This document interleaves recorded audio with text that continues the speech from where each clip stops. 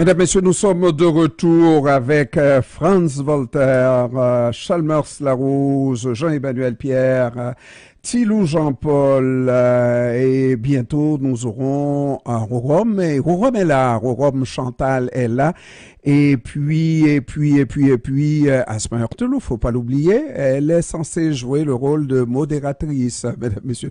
Mais il n'y a pas beaucoup de choses à modérer, mais mon monde est modéré, hein, c'est correct. Pas vrai? Ton micro, Asma. Ton micro, Asma.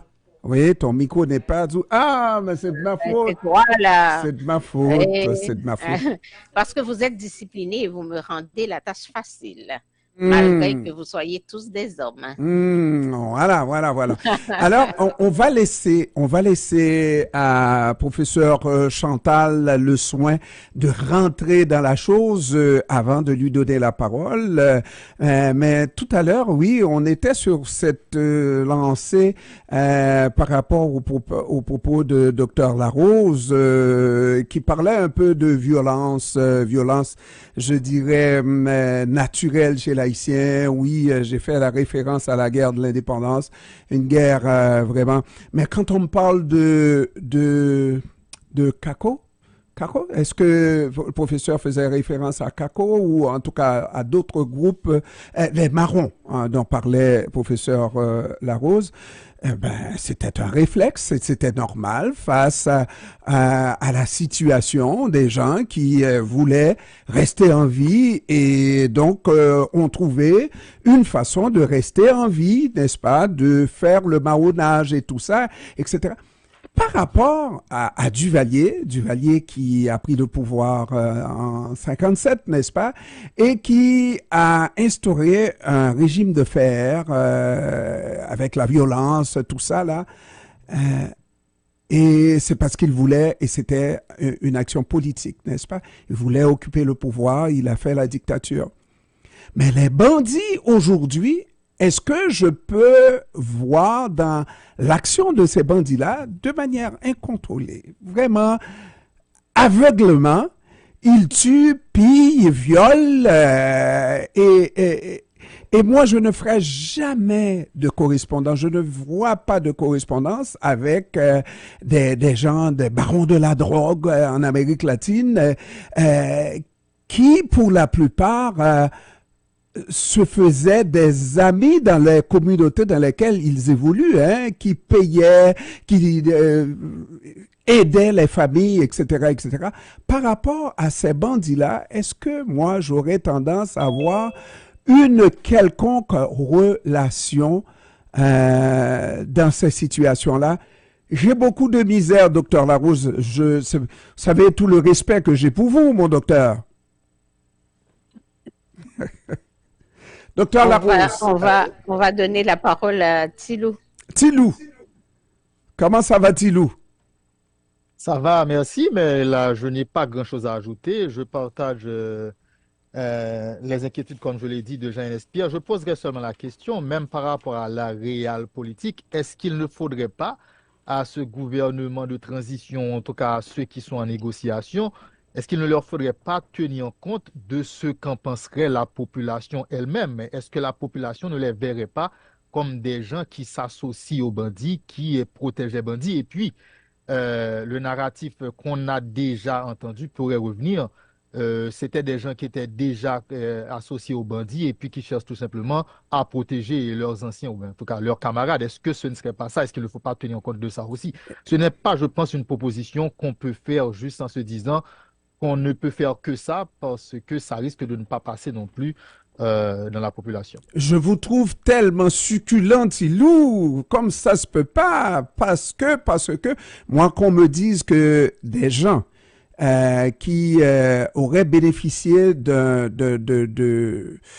comment je dirais, d'un morceau de robot, hein, des bandits qui ont fait tout ça, et qu'on accepterait dans un gouvernement avec force de loi, si on veut, n'est-ce pas?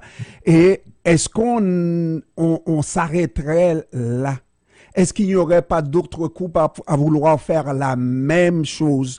Quand est-ce qu'on va tracer une ligne qu'il y ait une gestion de la violence, qui est le rôle de l'État, n'est-ce pas? Et les bandits, ben, on vous tient en respect. Mon Dieu de bon Dieu. Mais Jean-Ernest, Oui, il y a allez-y. Jean-Ernest, Oui. vous parlez comme si vous êtes un pays indépendant. Vous parlez comme si l'international qui a décidé et qui décide depuis peut-être presque une centaine d'années des grandes orientations en Haïti, que les institutions internationales, vous savez que le FMI siège à la Banque centrale, vous savez que certaines grandes décisions ne sont prises que par l'international. Vous avez une limite dans la gestion quotidienne. Moi, ce que j'essaie de comprendre, c'est qu'aujourd'hui, il faut suivre ce qui se passe dans cette internationale. Vous n'avez pas une force de rupture.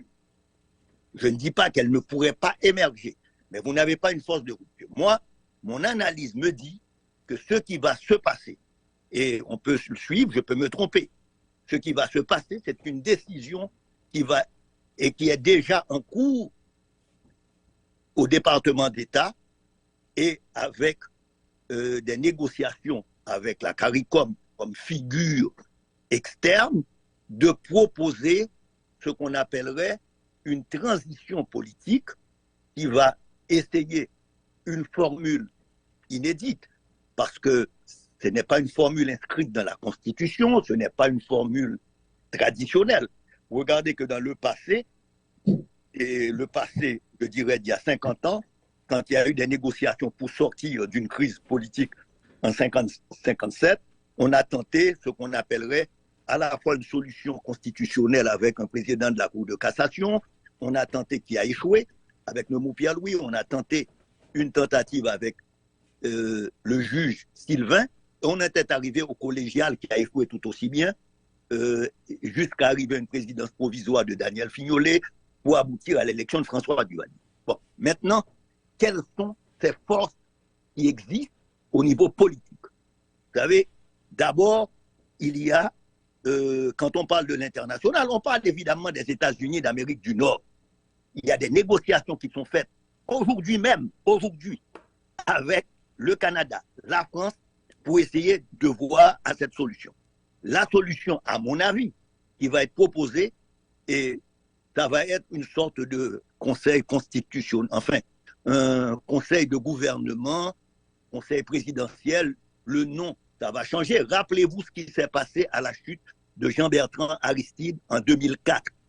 Rappelez-vous ce qui s'est passé à chaque fois. Auparavant, vous aviez un instrument militaire qui tranchait. Vous n'avez plus cet instrument militaire en Haïti. Déjà, dans cette négociation, je doute très fort. Il y a 2 personnes qui, à mon avis, vont être exclues. 3 personnes, enfin, qui seront exclues de cette négociation. Ce qui ne veut pas dire qu'ils vont disparaître de la scène politique. C'est le Guy Philippe, c'est Barbecue, et c'est le 3e, c'est Moïse Jean-Charles. C'est-à-dire, il y a un veto international, et ça c'est indirect, hein, qui est mis sur ces 3 personnalités pour participer à toute forme. Et même, ça peut aller très loin. Rappelez-vous ce qui est arrivé à certains qui ont cru à court terme dans leur agitation. Ça peut arriver très très loin, surtout dans le cas où aux États-Unis aujourd'hui, il y a certes une opposition à une intervention, mais il y a des voix qui demandent une sorte d'intervention que le président des États-Unis pourrait être autorisé. Vous savez que le président des États-Unis pourrait autoriser jusqu'à 600 militaires américains de débarquer en Haïti. Il n'a pas la possibilité de maintenir une force d'occupation, mais qui pourrait ouvrir la voie. Moi, je l'avais souligné dès le départ. Si vous voulez avoir une intervention des Kenyans, par exemple, eh bien, il va falloir qu'il y ait une intervention pour sécuriser la zone où ils vont se déployer. Il faut mettre en place une logistique, parce que toute opération militaire de guerre commence par une logistique. Et donc, ce ne sera donc, à mon avis, ce qui risque de se passer, je ne dis pas ce qui va se passer, mais ce qui risque de se passer, et d'ailleurs, il y a cette rencontre qui aura lieu à Kingston, je suppose que c'est lundi ou mardi, pour pouvoir essayer de donner un vernis, je dis bien un vernis légal à cette question-là. Rappelez-vous, quand il s'est agi d'intervenir à la Grenade, petit pays, eh bien, le vernis légal, c'était, on envoyait les Navy Seals capturer le gouverneur de la Grenade, et on avait aussi le plan B, c'était Madame Charles, présidente Premier ministre de la Dominique qu'il avait, et donc signé le papier qui permettait, qui légitimait une intervention américaine. Il ne faut pas croire que nous ayons les possibilités de faire ce qu'on veut. Maintenant, à moyen terme, c'est autre chose. Ce gouvernement ne résoudra pas les problèmes d'Haïti, il ne résoudra pas, ou il résoudra peut-être en partie la transition politique qu'on veut, mais il est clair qu'à mon avis, c'est ce qui est en train de se jouer, c'est en train de se négocier. Oui. Parce que ce n'est pas simplement ce qui se joue, il y a des rencontres qui se font aujourd'hui même pour mettre en place cette solution. Est-ce qu'elle sera viable? C'est autre chose. Est-ce qu'elle durera dans le temps? Je n'en sais rien. Bon, alors je pense que professeur Chantal a bien entendu et voit dans quelle partie on se trouve à regarder la question du banditisme, à regarder ce qui peut se faire. Est-ce qu'on peut, on a posé cette question-là aussi, est-ce qu'on peut accepter des représentants de gangs dans un gouvernement en remplacement de Ariel Henry? On en est là, professeur. Comment ça va? Allô, Rorom, peut-être que le micro n'est pas ouvert. Allô, Rorom? J'ai souvent entendu sur CPAM que ça va bien, même lorsque ça va mal. Voilà, voilà. C'est bien, je fais des disciples. Oui, professeur. Vous faites école. Oui, absolument. Oui. Je vous écoute. Non, mais je dis, c'est une question qui est ouverte. Là, on est en discussion depuis un bon petit bout de temps. On a parlé je pense que c'est la question encore qui est très intéressante de savoir pour l'avenir, n'est-ce pas? Est-ce que on peut, parce que les propositions qu'on entend sur le terrain, c'est beaucoup la possibilité qu'on intègre des bandits au sein du prochain gouvernement, ne serait-ce que le gouvernement de transition. On a cité le nom de Guy Philippe, en tout cas ce nom revient au moins dans 2 propositions de gouvernement de transition. Est-ce possible? Écoutez, est-ce possible? Ça va dépendre des vrais maîtres d'Haïti, des vrais tuteurs d'Haïti, ça va dépendre des vrais despotes internationaux, puisque Haïti se trouve sous une dictature internationale qui ne ressemble pas à celle des Duvalier, par exemple, au régime totalitaire que Haïti a historiquement connu, mais qui consiste en la même pratique, la centralisation du pouvoir, la privation des Haïtiens de leur droit à l'autodétermination. Et pour comprendre pourquoi ça peut être possible, il faut aussi comprendre que le règne du banditisme auquel on assiste en Haïti depuis quelques années n'est pas tombé du ciel. C'est une stratégie, c'est ce que j'appelle la nécropolitique en référence au concept développé par le philosophe camerounais Achille Mbembe, la nécropolitique, c'est-à-dire certaines puissances, en particulier les États-Unis, exercent un droit de vie et de mort dans un certain pays, et Haïti en est l'exemple. Les gangs sont arrivés en Haïti, sont érigés en système de gouvernement parce que il y a des gouvernements qui ont été imposés à Haïti. Je fais allusion précisément au règne du PHTK depuis une décennie.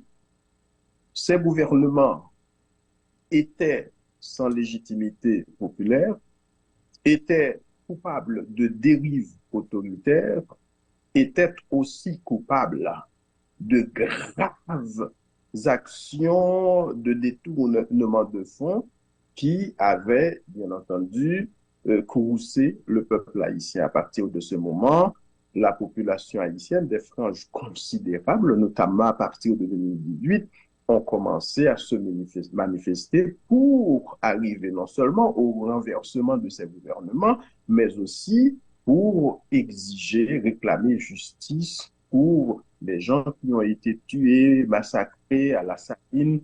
On parle en 2018 de plus de 70 personnes. Le jugement de gens qui sont coupables de détournement de fonds, ça a été documenté par plusieurs institutions haïtiennes, le Parlement, entre autres institutions.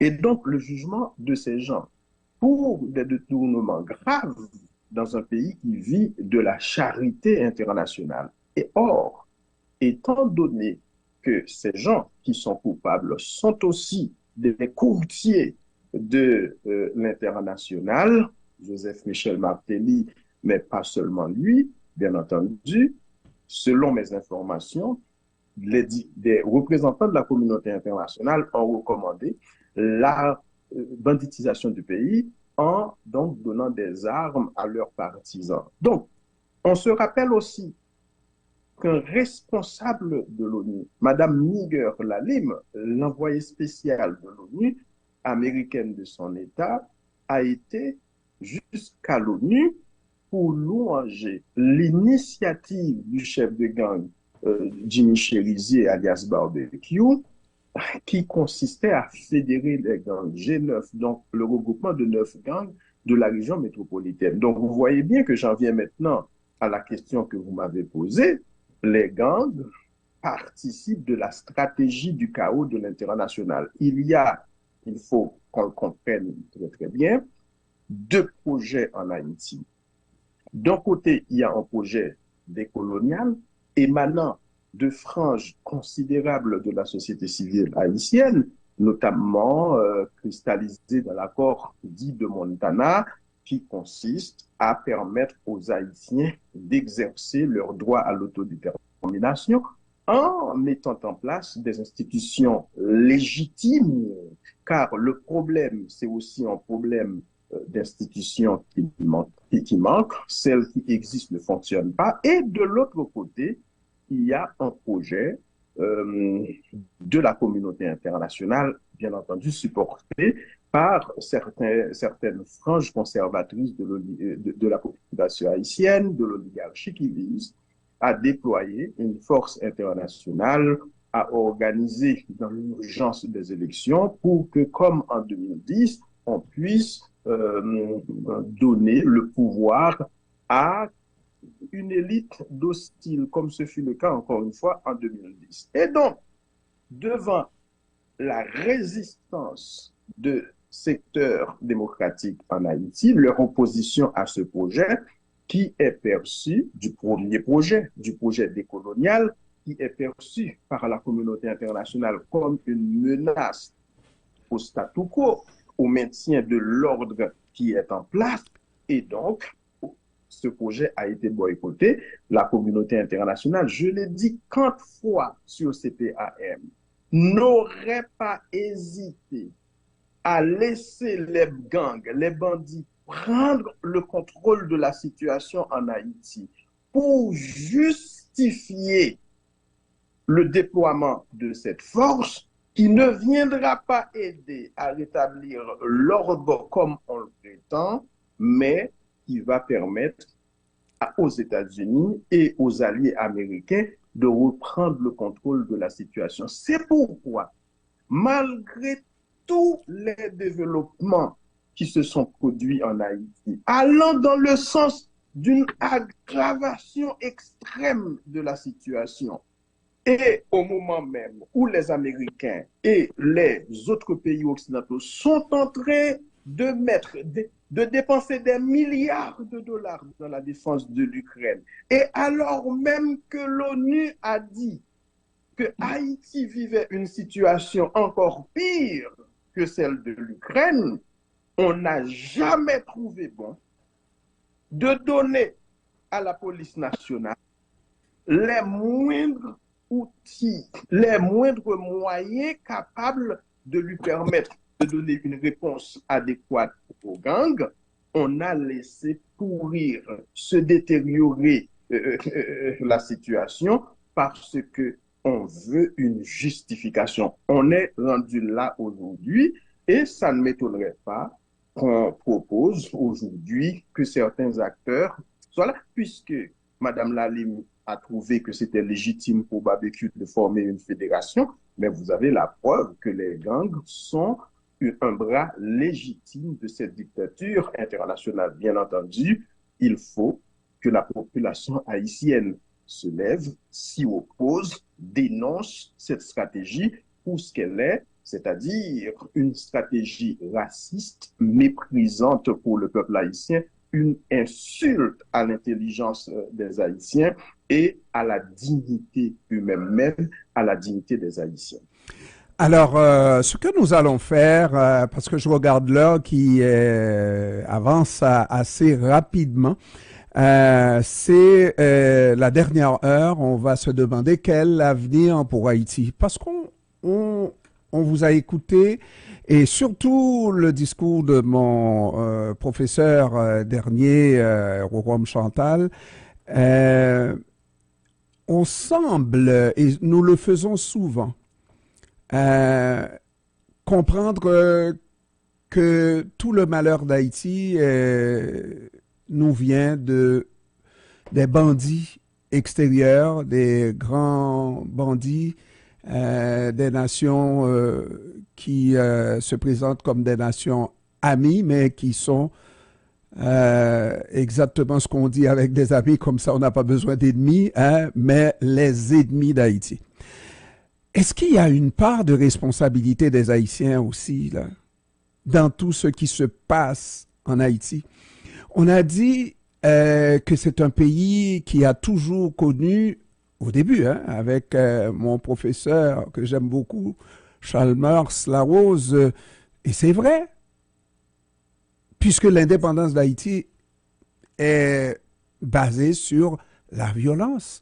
Et c'était une violence, oui, moi je dirais, nécessaire pour décamper les plus bandits que les Haïtiens, n'est-ce pas? Les Français. Il fallait faire cette violence. Et on a continué, n'est-ce pas? Aujourd'hui, on est face à des bandits armés et on pose la question, comme professeur Rorom Chantal, voyez, vous avez armé des bandits et vous ne pouvez même pas donner des moyens de défense à ces policiers-là. La police n'a pas d'armes. Mais les bandits ont trouvé des armes. Mais pourquoi la police ne peut pas trouver les mêmes armes que les bandits ont trouvées, par les mêmes canaux, par les mêmes moyens? Est-ce qu'on a fait des efforts pour trouver des armes pour contrer les bandits? Est-ce qu'il fallait s'attendre, si on sait que l'international n'est pas là pour nos beaux yeux, là? Hein? Et avec ces professeurs, j'ai fini par apprendre que les nations n'ont pas d'amis, elles n'ont que des intérêts. Si on sait que les intérêts des Américains sont diamétralement opposés aux nôtres, mais pourquoi ne pas nous arranger pour posséder, pour faire ce qu'il faut, pour permettre de continuer une armée, un pays normal et contrer ces bandits-là, plutôt que d'attendre que ce soit celui qui nous a mis dans cette situation-là, qui viendrait nous donner des moyens de résoudre la situation, alors qu'on sait que l'étranger, c'est notre ennemi, ne veut pas le développement. Alors, c'est incompréhensible. À un moment donné, il faut poser la question à savoir, mais quel avenir qu'on veut pour Haïti et quels sont les moyens qu'on va prendre? Parce que si avec tout ce que je viens d'entendre, mais l'étranger sera toujours là. Et l'étranger va toujours nous imposer sa vision. Ça veut dire qu'il n'y a pas d'avenir pour Haïti, non? C'est ça qu'il faudra comprendre. On va faire la pause commerciale, mesdames, messieurs. Au retour, quel avenir pour Haïti? Restez là.